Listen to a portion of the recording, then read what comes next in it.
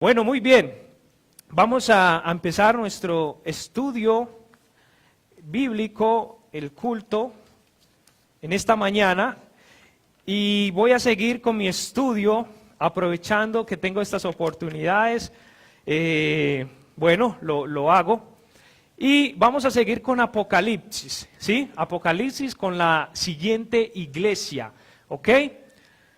Si usted no se ha escuchado los mensajes que he hecho, puede buscarlo en Facebook, los mensajes de las otras iglesias, para que mire el contexto de lo que hemos venido hablando.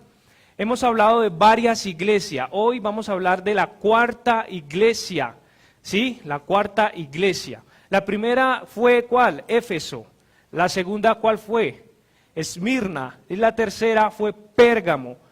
Y hoy vamos a hablar de Tiatira, otra iglesia situada o puesta en el Asia Menor, una población que todavía existe, una población que todavía está en Turquía, en ese país, y esa iglesia, esa población todavía existe allá. ¿Listo? Bueno, vamos a ir al grano, Apocalipsis 2:18, vamos todos allá, por favor, vamos a tener la Biblia siempre. Les incito a que traigan la Biblia y que siempre tenga abierta su palabra.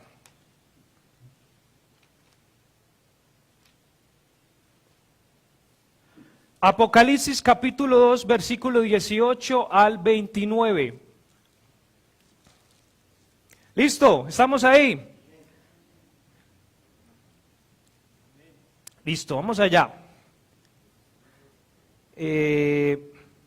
Dice, y escribe al ángel de la iglesia en Tiatira, el Hijo de Dios que tiene sus ojos como llama de fuego y sus pies semejantes al latón fino, dice estas cosas. Ya sabemos que siempre Jesucristo al empezar estas cartas, siempre da una descripción de él mismo y siempre empieza describiendo lo que es, ¿sí? Lo que es.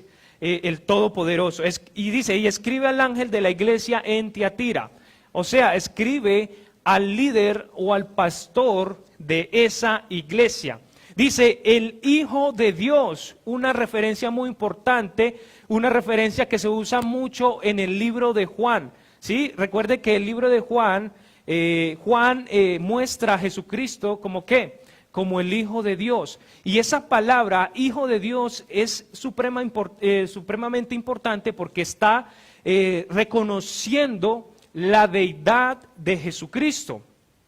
Cuando los fariseos escuchaban decir Hijo de Dios, o que el mismo Cristo decía que era el Hijo de Dios, los fariseos se enardecían. ¿Por qué? Porque Jesucristo se estaba comparando con Dios mismo. Listo, vamos a seguir.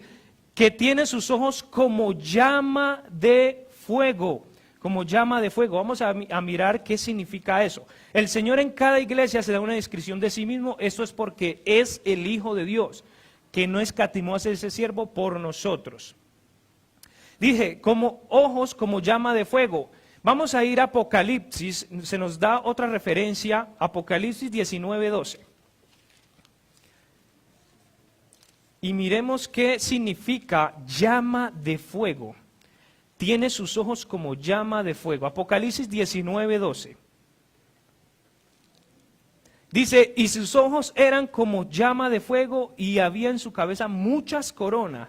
Y tenía un nombre escrito que ninguno conocía sino él mismo. Lo que quiere decir con esta referencia es que es él quien va a destruir a sus enemigos, lo cual conoce sus actos, obras, y nada quedará escondido para el Señor. Entonces cuando Jesucristo dice ahí mismo, el Hijo de Dios que tiene sus ojos como llama de fuego, se está refiriendo a eso, de que Él probará, ¿sí? Conoce todo, y en el día de juicio Él va a probar los corazones, Él va a probar a las iglesias. Recuerde que el contexto de lo que estamos hablando es a las iglesias, y no solamente a las iglesias que existían en esa época, en ese tiempo, sino a las iglesias presentes.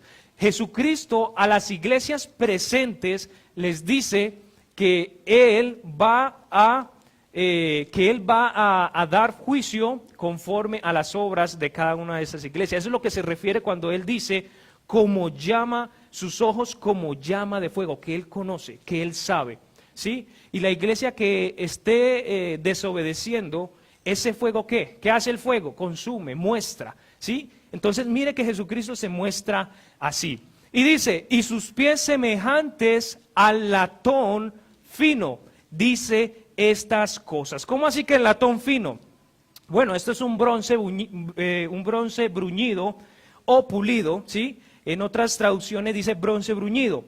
Esto es una mezcla de cobre y zinc, ¿sí? Cobre y zinc, ya ustedes conocen el cobre. El zinc es un elemento químico metálico. Estos dos se mezclan y sale el bronce bruñido, ¿sí? Y su resultado es dureza y un brillo deslumbrante. El simbolismo que vemos aquí es que Él pondrá, a todos sus enemigos bajo sus pies, y con justo juicio el Señor será el juez. Entonces Jesucristo en ese primer versículo se muestra así, se muestra a esa iglesia, a la iglesia de Tiatira así como el juez, como que conozco todo. ¿Será que esta iglesia estaba en pasos equivocados? ¿Sí? Que Cristo empezó tan fuerte, tan firme con esta iglesia de Tiatira. Muy bien. También quiero resaltar que Tiatira, en Hechos 16:14, se nos nombra esta ciudad, en Hechos 16:14. Y en ese versículo se nombra a una mujer llamada Lidia, vendedora de púrpuras. El Señor abrió su corazón para escuchar la palabra de Dios por medio de Pablo. El significado de Tiatira es sacrificio continuo. Eso es lo que significa Tiatira. Hay muchos estudiosos comparan a Tiatira con la religión que predomina en este país, ¿cierto? Entonces es comparado, hay veces los teólogos comparan a Tiatira con la iglesia tradicional. Tendrán sus razones, pero bueno, vamos a continuar. Apocalipsis 2:19 dice, yo conozco tus obras y caridad y servicio y fe y tu paciencia, y que tus obras postreras son más que las primeras. Muchas iglesias hacen buenas obras e inclusive son constantes en sus actividades y actos de compasión. Cristo lo destaca, pero no es lo que mueve al Señor, ¿sí? ¿De qué vale una iglesia tener todas esas cualidades y no tener una buena doctrina? Es lo que vemos hoy en día. Hay muchas iglesias que se destacan por actividades, hacen esto, hacen lo otro, dan, etcétera, pero tienen una mala doctrina. ¿De qué vale? ¿Cierto? ¿De qué vale ser una iglesia así cuando no tiene una buena doctrina? Siempre he dicho que toda nuestra vida espiritual y en la iglesia, etcétera, debemos tener equilibrio. Debemos tener un equilibrio, ¿sí? Soy un buen orador, pero también soy un estudiador de la palabra del Señor.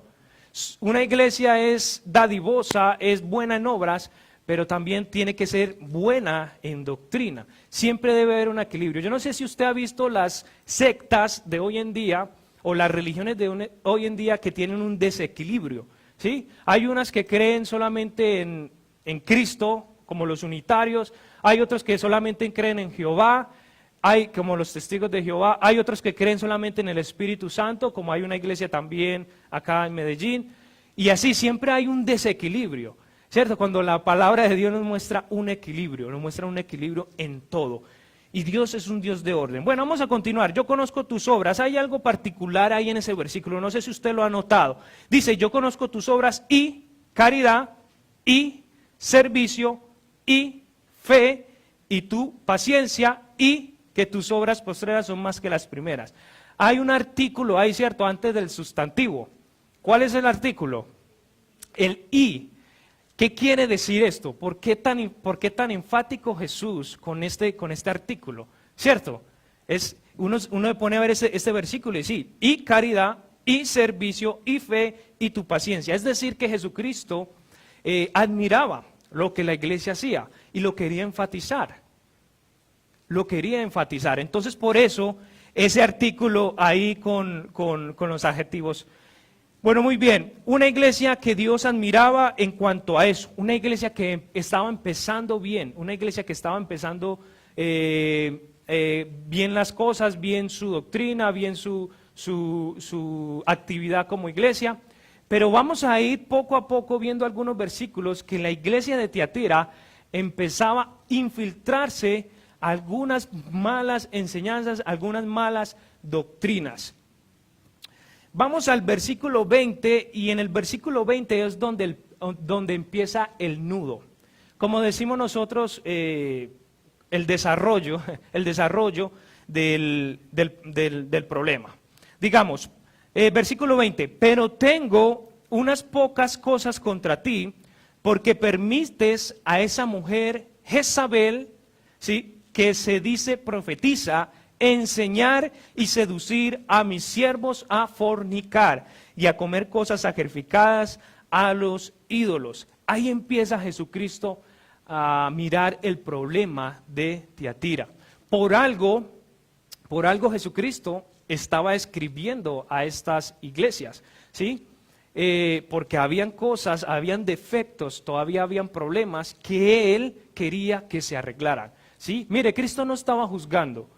Cristo no lo estaba juzgando ni estaba condenando a las iglesias. Al contrario, Cristo estaba diciéndoles a estas iglesias, porque en cada una de estas iglesias hemos visto un problema, pero Cristo les ha dicho, arrepiéntanse, ¿sí? Mire que yo soy así, si ustedes no se arrepienten en el futuro, van a tener un juicio. Y Cristo estaba advirtiendo eso. Cristo hoy en día nos advierte a la humanidad, advierte más que todo a los inconversos, a que se conviertan a Él, a que lo reciban como Señor y Salvador. Porque si usted no lo hace, dice, va a tener un juicio, una condenación en el infierno.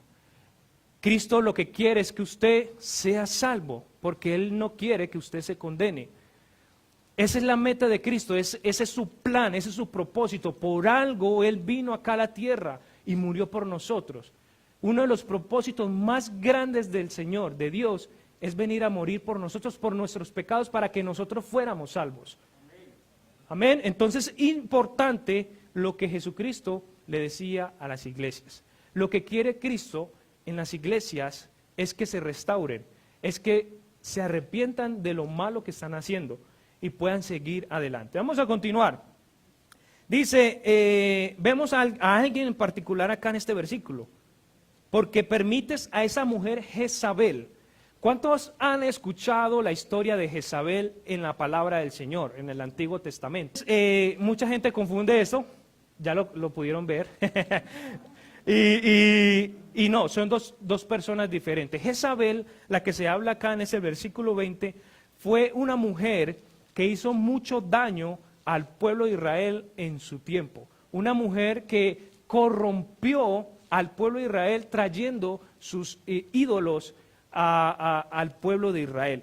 Y esto parece ser, era lo que estaba pasando en la iglesia de Tiatira, de que posiblemente, no lo aseguro, pero posiblemente una mujer estaba trayendo una mala doctrina, ¿sí?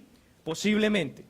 Pero también mi posición es que era como que ese ambiente de que la iglesia de Tiatira estaba siendo corrompida, estaba permitiendo muchas cosas que no le agradaban a Dios. Por ejemplo, ahí lo nombra, dice fornicación. Fornicación. O sea que cuando nosotros empezamos a idolatrar a cualquier cosa, no solamente un ídolo, sino a un hijo, a lo que sea, una cosa material, estamos fornicando espiritualmente. Yo no sé si usted sabía eso. Estamos engañando al Señor. ¿Sí? Entonces, eso era lo que estaba pasando en la iglesia de Tiatira. Y dice, y a comer cosas sacrificadas a los ídolos. En ese entonces era muy común de que las sectas o religiones de ese entonces sacrificaban alimento a los demonios. Entonces era lo que Cristo estaba remetiendo con la iglesia de Tiatira. Mis hermanos, hoy este grupo, si usted no sabía, cada uno de nosotros somos la iglesia. No este suelo ni las paredes, esto es un edificio. Cada uno de nosotros somos iglesia, ¿sí? Por eso debemos de cuidarnos, de no dejarnos corromper, ¿sí? Por Satanás, por el diablo, por el mundo. Recuerde, piense, y le invito a que piense en este momento, ¿qué es lo primero en su vida en este momento? ¿Qué es lo primero? ¿Sí? Si es Dios, continúe. Pero si es otra cosa, como cualquier cosa material, o sea hijo, hija, lo que sea, que usted ama más a ese hijo que a Dios, o que usted ama más esa cosa que a Dios, usted está fornicando espiritualmente. Usted está engañando a Dios espiritualmente. ¿Sí? ¿Amén o no amén? Estamos acá. Listo, muy bien.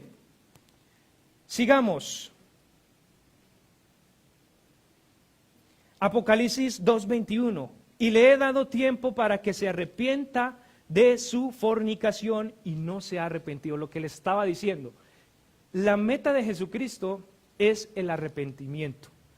¿Sí? Cuando nosotros llegamos a conocer a Jesús, cuando yo conocí a Cristo como Señor y Salvador, yo me arrepentí de mis pecados, porque reconocí que fui pecador.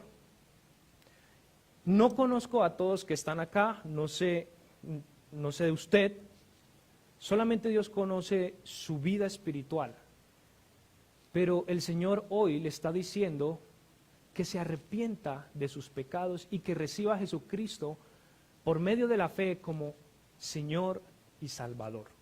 Eso es lo que Cristo quiere para cada una de las almas en este mundo. Cristo murió, si usted no sabía, por todos, pero en nosotros está en tomar la decisión. Juan 3:16 dice, porque de tal manera amó Dios al mundo que ha dado a su Hijo unigénito para que todo aquel que en Él crea no se pierda, mas tenga vida eterna.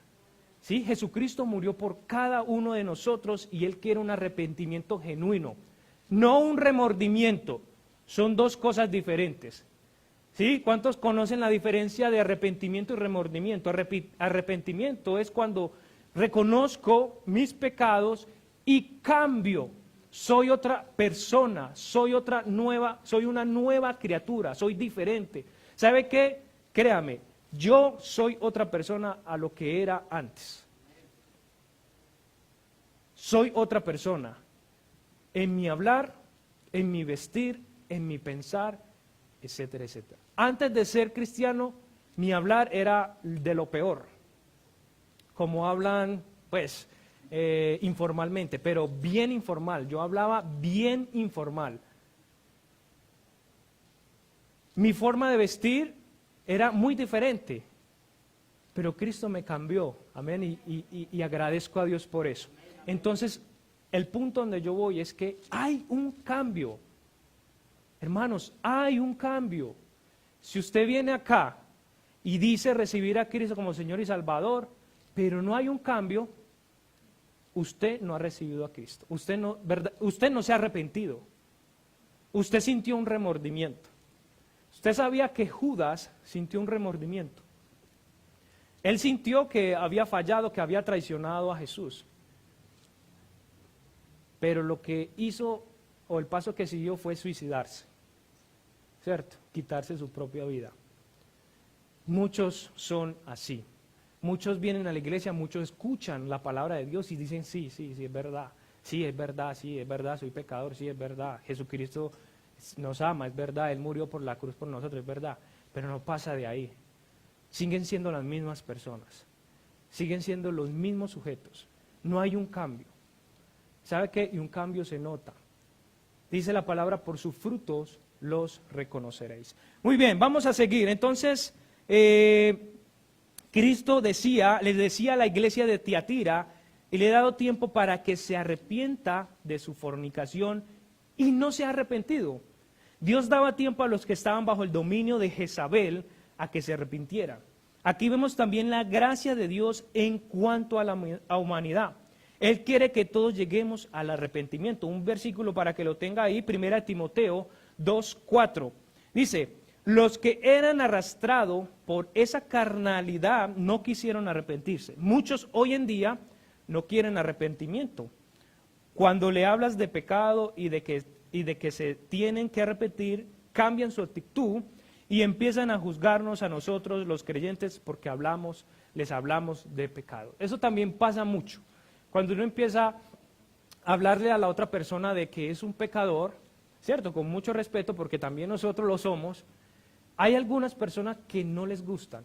Hay algunas personas que inclusive les da rabia que uno les llame pecador. Cuando la Biblia dice en Romanos 3:23, por cuanto todos pecaron y están destituidos de la gloria de Dios. Déjeme decirle que todos hemos pecado. Todos tenemos esa raíz de ser pecadores, ¿sí? Por eso lo importante del arrepentimiento. Por eso es importante. Muy bien, continuemos. Apocalipsis 2:22. Dice, he aquí yo la arrojaré en cama y a los que adulteran con ella en muy grande tribulación, si no se arrepienten de sus obras. Ahí viene la advertencia de Jesucristo para la iglesia de Tiatira. Cristo arremete con la carnalidad que tenían muchos de esta iglesia. El Señor le da una advertencia fuerte, pero es cierto, en cierto sentido Jesucristo llamaba al arrepentimiento de nuevo. Esto es lo que más deseaba el Señor, más que un gran juicio contra ellos. ¿Listo? Es mejor estar al lado de Cristo que en contra. ¿Cuántos dicen amén con eso? ¿Sabe qué? Es mejor estar con Cristo que estar en contra de Él. Yo quiero resaltar algo en esta mañana. Si tú no eres cristiano, si tú no eres un fiel creyente, estás en contra de Jesús.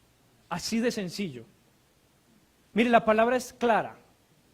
Siempre lo resalto, blanco o negro. ¿Eres cristiano o no eres cristiano? Una de las dos, no puede haber ni tibio. Los tibios Dios los vomita. Dios prefiere que seas frío o prefiere que seas caliente. ¿Listo? Entonces muy importante eso, estar del lado de nuestro Señor Jesucristo. Mire, Dios también es un Dios de amor. Y todo el mundo habla del Dios de amor, Dios de amor. Y nosotros también, cuando evangelizamos, presentamos a un Dios de amor. Pero nos olvidamos que Jesucristo también es un Dios de ira, ¿sí? De ira, de juicio. Él también traerá juicio. Él va a castigar a aquellos desobedientes acá en esta tierra. Entonces Dios tiene esas dos naturalezas, tienen muchas, pero esas dos. Es amor, pero también es juez. También se aira, ¿sí? Muy bien. Apocalipsis 2:23. Y heriré a sus hijos con muerte, y todas las iglesias sabrán que yo soy el que escudriño los riñones y los corazones, y daré a cada uno de vosotros según sus obras. Nuevamente Jesucristo dice que Él conoce, que Él sabe todo de nosotros. Conoce todo de nosotros. Dice ahí, y heriré a sus hijos con muerte. Ya he hablado de que Dios es un Dios juez, que Él no va a tener, mire, vea, Dios, digámoslo así, no lo quiero hablar muy fuerte, pero Dios va a ir a arremeter, va a dar su paso contra los infieles, contra los pecadores. Va a haber un juicio fuerte. No va a tener compasión como la tuvo en la dispensación de la gracia. No va a tener esa compasión. Él ya dio la oportunidad. ¿Listo? Y todas las iglesias sabrán que yo soy el que escudriño los riñones y los corazones. Bueno, aquí los riñones es un poco extraño, ¿cierto? Pero en otras, digamos, versiones dice la mente, ¿cierto? La mente, pero es una buena traducción. Es una buena traducción, yo no lo sabía, en el original griego, dice riñones, y era porque el pueblo decía que los riñones eran donde reposaba los pensamientos, las actitudes de nosotros. Entonces, por eso esa versión ahí. Riñones y los corazones, y daré cada uno de vosotros según sus obras. Dice acá, en otras versiones dice las mentes, pero en el texto original dice riñones, lo cual en la antigüedad los riñones eran considerados como el asiento de las emociones. No olvidemos que Cristo en su comienzo de esta carta se mostró que tiene ojos de fuego, lo que significa que Él conoce todo, conoce todo. Recuerde ese conocer, siempre lo resalto, pero quiero resaltarlo y siempre lo diré. Cristo en este momento, por medio de su Espíritu Santo, está acá en este lugar. Y Él tiene la capacidad, obviamente Él es Dios, tiene la capacidad de conocer cada uno de nuestros pensamientos. Él tiene la capacidad de saber qué es lo que estamos pensando en este momento, en este instante. Tiene la capacidad de saber si usted está aquí o está en otra parte, aunque su cuerpo esté aquí. Él tiene la capacidad de saber qué hermano, qué pensamiento tiene ese hermano contra el otro hermano. Él tiene esa capacidad. Listo, entonces muy importante, cuidado, no juguemos con Dios, no juguemos con Jesucristo, ¿sí? No juguemos con Él. Recuerde, Él es el Todopoderoso, Él es el Omnisciente. No juguemos con Él. Vamos a seguir entonces en nuestros versículos, en la iglesia de Tiatira. Versículo 24, ¿cierto? Dice, pero a vosotros digo y a los demás en Tiatira, a cuantos no tienen esta doctrina y no han conocido lo que ellos llaman las profundidades de Satanás, no pondré sobre vosotros otra carga. El subtítulo que he llamado de esta carta fue Tiatira, un remanente fiel, un remanente fiel. No quise buscarle algo malo a la iglesia, porque, no, quise buscarle lo bueno, lo positivo de la iglesia, lo positivo de la iglesia. ¿Sabe qué? Lo positivo de la iglesia de Tiatira era que había un remanente, era que había un grupo de personas que eran fieles, era que había un grupo de personas que no se dejaba corromper por la mala doctrina, era un grupo de personas que eran fieles a Jesucristo, que estaban unidos. Ese grupo de personas estaban unidos. Hoy, en esta mañana, quiero hablar primeramente a todos, a los diáconos, a los líderes, a los miembros de la iglesia, a los asistentes de la iglesia. Estemos unidos, estemos firmes, estemos fieles al Señor, seamos fieles a Él. Yo veo esta iglesia Amistad en Cristo como el remanente de esta ciudad, como el remanente de este país. Ustedes saben que en este país predomina la religión, las sectas, las falsas doctrinas, el liberalismo en las iglesias. Pero Dios tiene un remanente, Dios tiene un pueblo que le es fiel, que le glorifica, que le exalta y que le alaba. Yo veo esta iglesia así, ¿sí? Y quiero animar, y todos que nos animemos a ser fiel al Señor. Amén. Seamos fieles al Señor. Él lo tiene muy presente esas iglesias, esas personas. Dice, y no han conocido lo que ellos llaman la profundidad de Satanás. No pondré sobre vosotros otra carga. Versículo 25, pero lo que tenéis, retenedlo hasta que yo venga. Cristo anima al pequeño remanente a que siga adelante, que no desmayen. Yo lo veo de esta manera hoy en día. Hay demasiadas iglesias y diferentes doctrinas, el cual glorifican a Satanás, pero muy pocas iglesias de buenas doctrinas. A estas pocas iglesias el Señor nos llama a seguir, persistir, ser fieles hasta lo último y luchar, y luchar. Apocalipsis 2:26 dice, y al que venciere y guardare mis obras hasta el fin, yo le daré potestad sobre las naciones. Guardaré mis obras. Dice, hay dos cosas que el hombre confunde, la salvación por obras, lo cual es erróneo, practicar este tipo de doctrina. Otra es hacer obras en Cristo, ¿sí? Son dos cosas muy diferentes. Una es que muchas religiones quieren ser salvos por obras, ¿sí? Esa es una cosa. Otra cosa es hacer obras en Cristo, ya siendo salvo. Y lo que Dios nos manda a nosotros como iglesia es hacer obras, ¿sí? En Cristo. Me hice entender ahí en esa parte. Obras en Cristo. No ser salvo por obras. Eso no existe en la Biblia. Nosotros somos salvos por gracia, Efesios 2, 8, 9, porque por gracia sois salvos por medio de la fe, y esto no de vosotros, pues es don de Dios, no por obras, para que nadie se gloríe. Pero cuando nosotros somos convertidos a la vida cristiana, hacemos obras para glorificar a Jesús. Listo, entonces al que venciere y guardare mis obras hasta el fin, yo le daré potestad sobre las naciones. Una referencia hermosa, una referencia que muchos hablan pero no saben dónde está el versículo. Y está acá, Apocalipsis 2:26. Dice, una referencia hermosa de parte de Cristo para todo creyente fiel, vencedor, luchador, y que ha dado toda su vida a Cristo. Estos serán puestos en la tierra en la dispensación milenial como autoridad en las naciones. Mire, aquellos que peleen, que luchen, que sean fieles, que sigan adelante, que no desmayan, Dios va a tener una recompensa grande para esas personas. Dice ahí en ese versículo, yo le daré potestad sobre las naciones, ¿sí?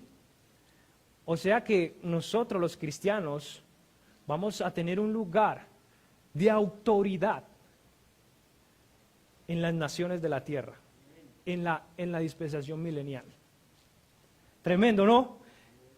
Qué gran futuro le espera a aquel que es fiel. Qué gran recompensa le espera a aquellos que son fieles. Aquellos que tienen los ojos puestos en Cristo, no en el hombre. Aquellos que siguen solamente a Cristo a pesar de lo que sea. Estos van a tener su recompensa. Mis hermanos, acá ustedes ya están advertidos. Todos los que están escuchando este momento, primeramente yo porque fui el primero que empecé a leer y a traerles esta enseñanza, pero todos vamos a estar delante de Dios y no va a haber excusa delante de Él. Cristo dijo, ya, se lo advertí, se lo dije, ¿cierto? Entonces no vamos a tener excusa, ¿sí? Cristo nos manda a que seamos fieles. Apocalipsis 2:27 dice, y las regirá con vara de hierro y serán quebradas como vaso de alfarero, como también yo he recibido de mi Padre. ¿A quién está hablando ahí? Según el versículo. Hemos venido hablando del texto. ¿A quién está hablando ahí? Las regirá con vara de hierro y serán quebradas como vaso de alfarero, como también yo he recibido de mi Padre. Recuerde que el contexto es importante. Acabamos de leer el versículo 26, que dice que el cristiano, el fiel que venciere, ¿sí? Yo le daré potestad sobre las naciones y las regirá. O sea, está hablando del creyente, está hablando del cristiano, está hablando de la iglesia. Está hablando de la iglesia. Y regirá con barra de hierro y serán quebrantados con los vasos alfarero, como también yo he recibido de mi Padre. Los vencedores tendrán una autoridad dada por Cristo sin igual para gobernar estas naciones. Estas expresiones nos llevan a pensar que seremos fuertes en nuestro gobernar. No habrá vacilación a la hora de juzgar o resolver un problema. No habrá permisidad a la hora de condenar un pecado. Hoy en día, mire, algo esperanzador en esos dos versículos. Hoy en día a nosotros los cristianos nos vituperan, o sea, nos maldicen. Hoy en día a la iglesia la persiguen. Yo no sé si usted sabía de eso.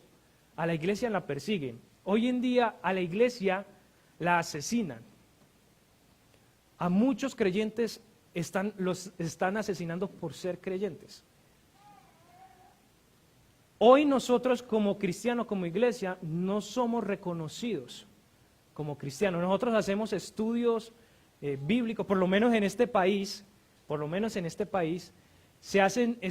tenemos estudios bíblicos de 3 años, fuertemente, y el gobierno no reconoce eso, ¿cierto?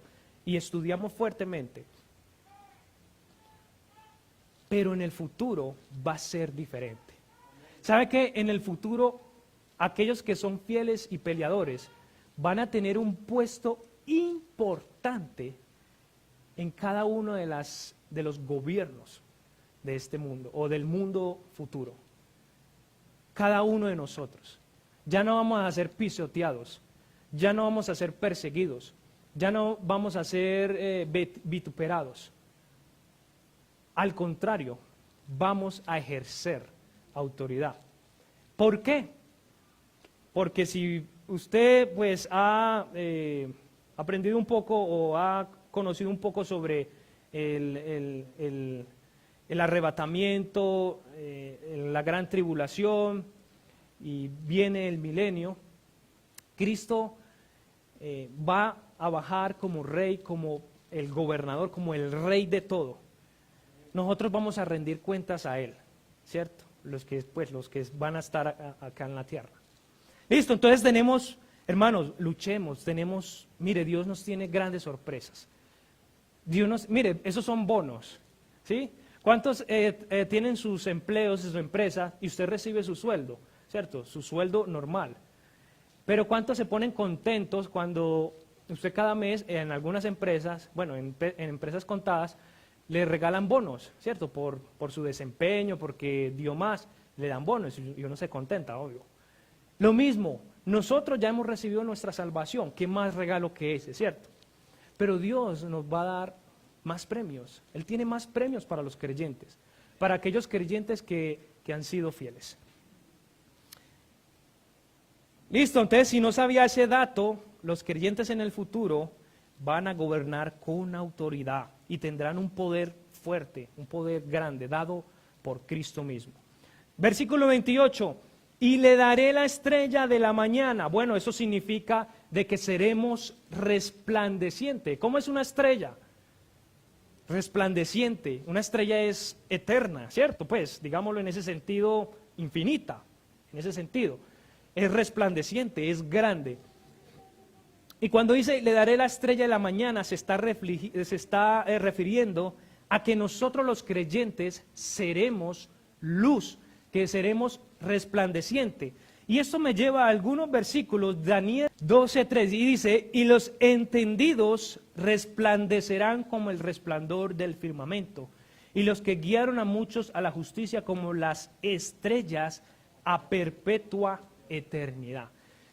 Entonces es lo que está refiriéndose ese versículo. Mire, muchos en Apocalipsis, el libro de Apocalipsis lo quieren alegorizar. Quieren coger un versículo y alegorizarlo, convertirlo en algo espiritual, convertirlo en algo raro. Y es ahí donde caen en la mala doctrina. Mire, sencillamente invito a todos a que estudien el libro de Apocalipsis. Si usted lo estudia literalmente como es, usted no se va a ir para ningún lado. Lastimosamente muchos teólogos lo alegorizan y por eso tanta mala doctrina. Mucha gente pensará, y le daré la estrella de la mañana, imaginándose qué será, qué poder sobrenatural o qué será que dirá ese versículo. Pero no, el versículo es claro, hermanos.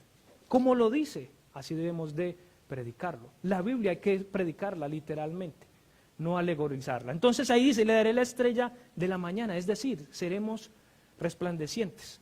Y Apocalipsis 2:29 dice, el que tiene oído, oiga lo que el Espíritu dice a las iglesias. Todas las iglesias deben de prestar atención a lo que nos dice nuestro Señor por medio del Espíritu Santo. Vemos que a diferencia de las otras 3 cartas se dejó esta advertencia por último. Si usted ha notado, o de pronto lo puede notar leyéndolo más adelante, que en las 3 cartas, el que tiene oído oiga lo que el Espíritu dice a las iglesias no estaba a lo último. Y esta vez en esta carta se dejó a lo último. ¿Sí? ¿Por qué será? Posiblemente que la iglesia de Tiatira había caído en un estado reprobable, que nos lleva a pensar que los que habían caído en la falsa doctrina recibirían un castigo de Dios. Un castigo de Dios. Entonces Jesucristo dice a las iglesias, pongan atención a lo que yo digo, a lo que yo digo. Estas cartas no son tan predicadas, no son tan enseñadas. Y son muy importantes hoy en día estas cartas. ¿Por qué? Porque nos dan un buen ejemplo, una buena lección a las iglesias de hoy en día. Mis hermanos, como conclusión, para esta iglesia, que no fue una de las mejores, sino que al contrario llegaron a un extremo en cuanto al pecado, hubo algunos que se guardaron. Hubo un remanente que fue fiel. Hubo un grupo de personas que no desmayó.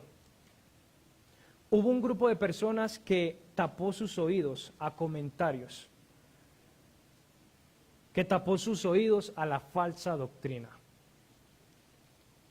Oro al Señor, yo personalmente oro al Señor porque esta iglesia sea mejor. Y oro al Señor que si esta iglesia vienen con falsa doctrina, con chismes, que el Señor las retire de nuestra iglesia. Que se arrepientan, o que si no, que se vayan. Yo lo digo con autoridad, soy miembro de esta iglesia y llevo 7 años sirviendo a esta iglesia y no tengo que tener un puesto grande en esta iglesia para servirle al Señor.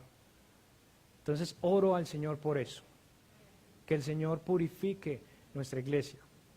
Quizás habrá división, quizás habrán algunos que hablan, quizás habrán algunos que traerán, no solamente ahora, en el futuro traerán una mala doctrina.